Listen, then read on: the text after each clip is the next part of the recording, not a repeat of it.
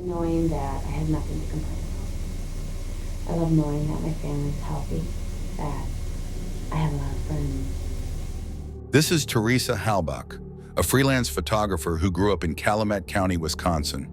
And just when she graduated with a degree in photography, things seemed passionate for her. She was chasing greatness, and by 2005, she became one of the most popular local photographers who had recently opened her own studio. But things weren't all that bright because Halbach would later die in such a deadly way, and the legal system pointed toward this guy, Steven Avery, who had just gotten out of a previous case where he was wrongfully accused of sexual assault, only to find himself tangled into another mess, which would change his life forever. When I feel like that they're gonna railroad me again, set me up, or they set me up the first time, I had to do it 18 years to prove my innocence, you know. Now they want to redo it and see if they can get me. Did Avery actually kill her, or was he framed by another mysterious man that we're going to mention a lot in this documentary? This is the tragic murder of Teresa Halbach and the deadly fate of Steven Avery, with both of them having stories shrouded in mystery. Steven Avery was born in 1962 in Manitowoc County and was a former car mechanic turned criminal. And fate would have it, most of his life would be spent in prison since he was locked up for 30 years on different charges for different cases. In his teenage years, Avery was a wreck, getting convicted of burglary and theft. But things got worse when he turned his 20s as he was convicted for animal cruelty and an attempted murder and sexual assault of a woman called Penny Berenson. When I had flashbacks, it was Steven Avery's face I saw in my flashbacks. When I saw his picture on TV, the hair on my arms and the back of my neck would stand up. I truly believed he was the man who assaulted me. To make matters deadlier, he was also seen driving a sheriff deputy's wife off the road and pointing a loaded rifle at her. So what happened after he got caught? For the attempted tape of Penny Berenson, Steven was set to face 32 years. And for the other case, he was set to serve 6 long years in prison. But then, in 2003, 18 years after his conviction, new evidence came out, which forced the release of Avery because the DNA evidence showed us that there was a different perpetrator involved in this case. Due to the wrongful accusation, he even sought around $36 million for the false conviction.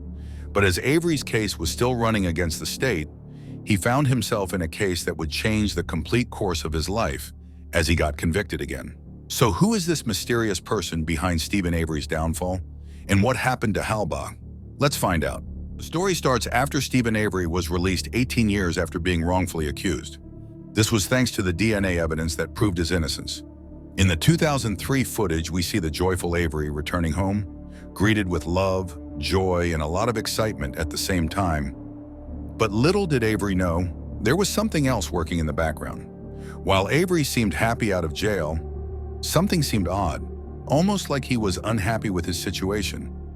Especially the Manitowoc County, which according to him, used him as a scapegoat to cover the case and hide the actual offender of his previous attempted murder and sexual assault case. But in Tom Cocoret, the former sheriff of Manitowoc County Sheriff's Department, nobody intended to do anyone any harm by this, huh? We firmly believe that we had the guilty party at the time, indicating that Avery was in fact guilty of the crime.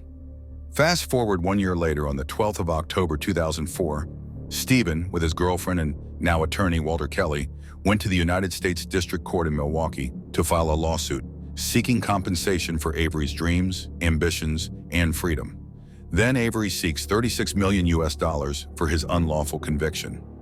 As Avery was fighting his case, things took a turn for the worse because in 2005, a young and ambitious Teresa Halbach just went missing. Everyone was confused as to why she was missing after being spotted with Avery.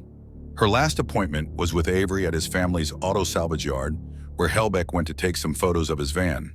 But things took a dark turn when Avery's vehicle was found in the Avery salvage yard, and upon doing research, the investigators found something so unbelievable that only made Avery look bad.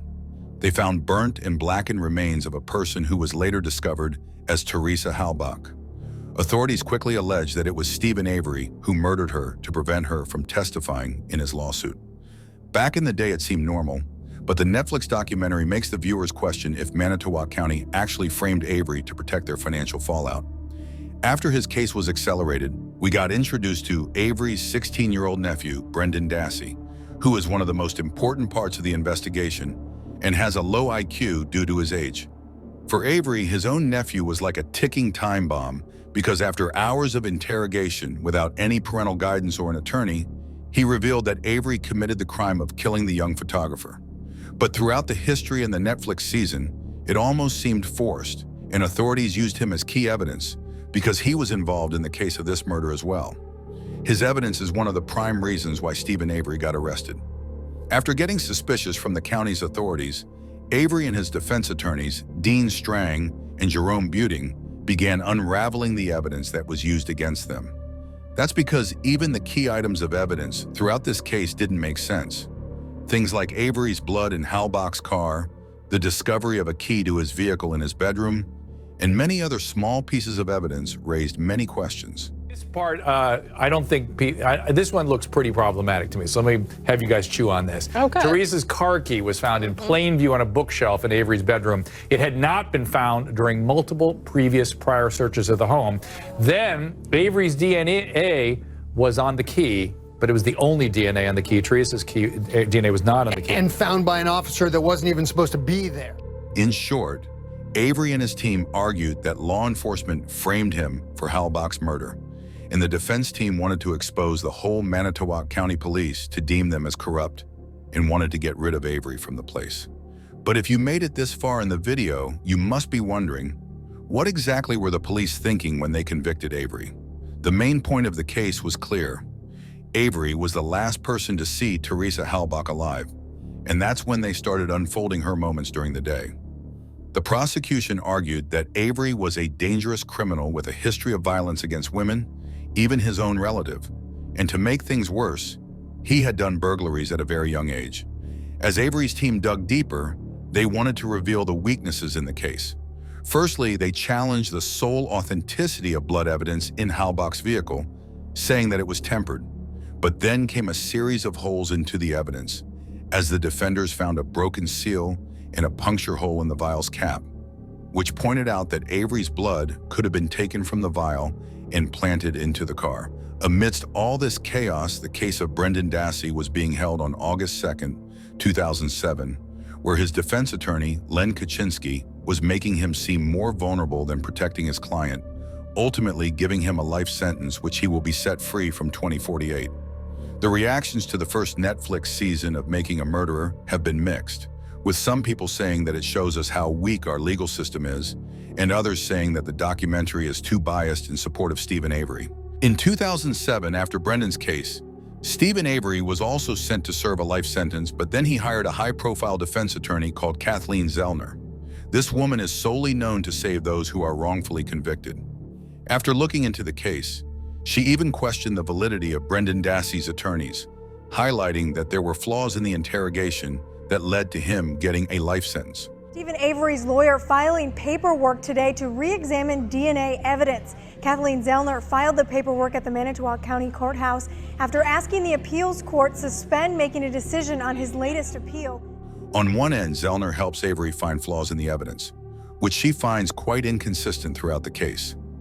First, the bullet fragment that had Halbach's blood on her way was questionable since it seemed poorly handled.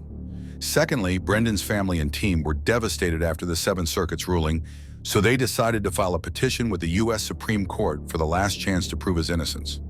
After working with an expert blood evidence expert, Zellner made a shocking discovery with the help of her own blood spatter expert. They discovered that the blood pattern in Halbach's car did not match how Avery's blood would have transferred if he had been bleeding. To make it interesting, Zellner then discovered that the bullets contained wood and paint fragments, but no bone, which could have been the case if the bullet had passed through her. So who exactly killed the innocent young photographer who was just making her mark in the world of photography? According to defense attorney Kathleen Zellner, one of the prime suspects could be Bobby Dassey, the brother of Brendan, because throughout the case, his statements have been inconsistent. And she also discovered violent pornography searches and mutilation on Bobby's computer, which puts out a hypothesis that he could be one of the prime suspects that killed Halbach. In the end, both Brendan and Avery are still in prison with their case running. This is truly one of the most complex cases we've ever seen, with doubts on who the actual murderer was. Now we ask you the final question. Do you think Steven Avery is innocent? And if so, did Bobby or Brendan Dassey actually kill Teresa Halbach?